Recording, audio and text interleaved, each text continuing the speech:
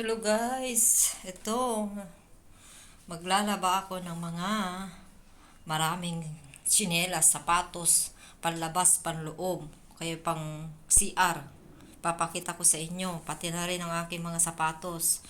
Ayan siya oh. Katatapos ko lang kumain ng pananghalian. Bali naglinis ako kanina.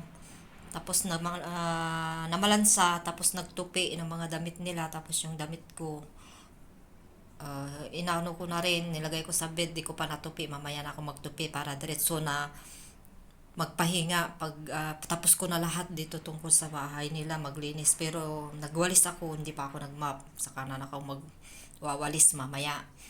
So ay magwawalis, magmamap, nakawalis na ako, nakailang beses na ako magwalis, tapos hugas na rin ako ng mga plato na pinagkainan ko mula umaga hanggang tanghali. Tapos painit ko yung mga pagkain sa rep. Yun, hindi na ako nagluto. Nagpainit lang ako. Yan, papakita ko sa inyo.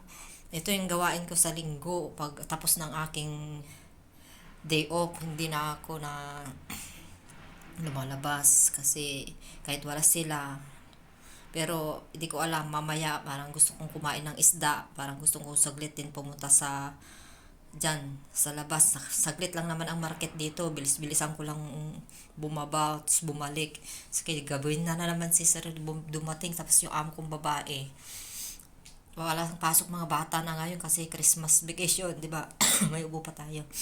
So alam ko hindi darating yung mag-ina, pero si sir gagabi na naman yun, 10:30 ganon, 10 o'clock, ewan ko ba, pati laging ginagabi. So, mamaya magpahinga ako at matulog. Ganon. Tapos, saglit ako sa market, bibili ng isda para pang ulam ko. So, papakita ko sa yung mga gawain ko. Ayan, dami kong pinagkasabay-sabay ko na yung tsinelas ko ito. Panloob ko, tapos ito yung tsinelas ko, mamaya gamitin ko muna yung sapatos ko. Kailangan ko pa rin hugasan kasi yung niya, yung inaapak sa dun sa apak niya dito, marumi kasi ilang beses ko na to ginamit, hindi ko pa naugasan. Dito lang naglaba na pala ako nung last week. Ito, ayan, madumi. Ayan. Sama ko na rin. Siyempre, lagi ko itong nililinis once a week. Kaya itong akin, bihira lang din. Kasi ayoko naman laging nababasa kasi lagi ko naman gagamit, lumalabas. Meron pa isa doon, di ko nilabas. Hindi ko kasi gamitin ko mamaya paglabas ko. Kasi baka hindi matuyuan. So, hindi ko masyadong babasan ito. Malinis pa ito. Gamit ko kahapon. Ito yung pang rubber ko. Pag gusto ko talaga mag-rubber. Alternate siya. Meron pa yung black doon. Yung checkered na pang slacks. So, ito yung mga gamit ko. Yung medyas ko kahapon. Yan, iba. Pero nakapaglaban ako ng mga medyas ko.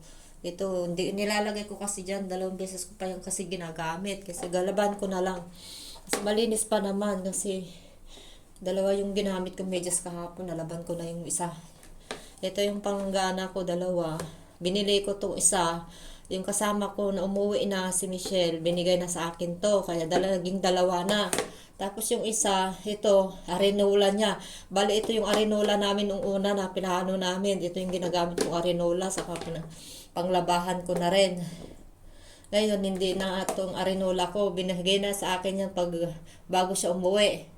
Yan na ang arenola ko. Tapos pag nagubo ako, yan, dinalagyan ko ng konting tubig. Tapos yan ako nadudura. Kasi hindi naman pwedeng na lagi tayo bumabangon. Isa lang yung CR natin. Isa lang yung CR namin pala. Ang hirap yung lagi kang pumupunta dito kasi katabi ng kwarto nila. Maingay. Kaya nag-arenola na ako ng madaling araw kaya bago matulog. Kasi siyempre, 1 oras pa yun bago ka matulog, maihi ka na naman. Mag-arenola na ako na bago matulog. Tapos, madaling araw, nag-ihi na naman ako niya na alas 4, tuloy-tulog. Tapos, pag alas 5 na, alas 6 na, yan, tatapon ko na rin. Tatapon ko na. Alam siguro ng amo ko, hindi lang siya nagsasalita kasi one time na ito yung dala ko. Nandito pala siya nung umaga, madaling araw, tumais siguro siya. Tapos binuksan ko tong pintuan. Bit-bit ko yung may ihi. Ewan ko, pinasok ko pa naman una kong tinanon. Nakita niya siguro bit-bit ko yan. Hindi na siya Di naman siya nagtatanong. Alam niya siguro. Saka baka nakikita niya dun sa ilalim ng ano ko yan. Ng bed ko. Pero inugasan ko naman yan. Araw-araw, umaga bago ako magluluto. Ganun. So yan, ang aking ma-share. Ngayon ang aking gawain. Nakapagplansa na ako. Nakapaglinis na ako. Ang gawin ko. Pero yung bintana, malinis pa naman. So mamaya, konting linis na lang sa bintana kasi lagi malinis naman. Yung pagmamap na lang talaga, kailangan laging map sa kawalis. Kasi itong CR, kasi mamaya, ewan ko lang kung mag-shower ako. Siguro mag-shower, saglit lang. Mainit na mainit kasi sobrang lamig guys. Kasi kahapon hindi ako nagligo. So kailangan ko mag-shower bago ako matulog. So yan, yan ang aking mai-share. Dami ko nang ginawa, wala pa akong pahinga, hindi pa ako nag-upo. Mamaya na ako mag-upo siguro mga alauna, alas 2 ganun lagi yung ano ko, yung pahinga ko sa linggo. Pero mamaya alas 5 pag dumadating kasi yung babae, alas 6. Pinapaluto ako niyan pero kadalasan na yun hindi na nagpapaluto ng dinner. Bale ako na lang bale yung pagkain ko na lang nire-ready ko. So, yan. Maaga ako nakakain kasi para maaga na nga matunawan para makakatulog ako ng maigi, ng mabilis. So, yan. Maghuhugas na ako yan. Nagbabad na ako ng ano doon. May brush ako doon. Tapos yung mga pinampunas ko sa naipon na yan sa kusina. Kaya yan. Kailangan kong linisan na lahat. Yan, yung mga ano ko doon. Pinapatuyo ko pa yung mga plato ko doon. Kasi may araw naman na. Mamaya ako itaob. So, bye-bye na. Bye-bye na guys. So, ito, lagi ako may eyeglass. Kasi ginagamit ko din sa pag-may binabasa ko dyan sa sa YouTube ko. So,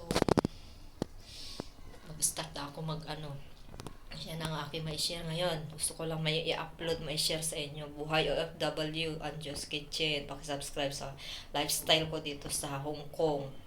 Dati sa Saudi. Ngayon dito na naman sa Hong Kong.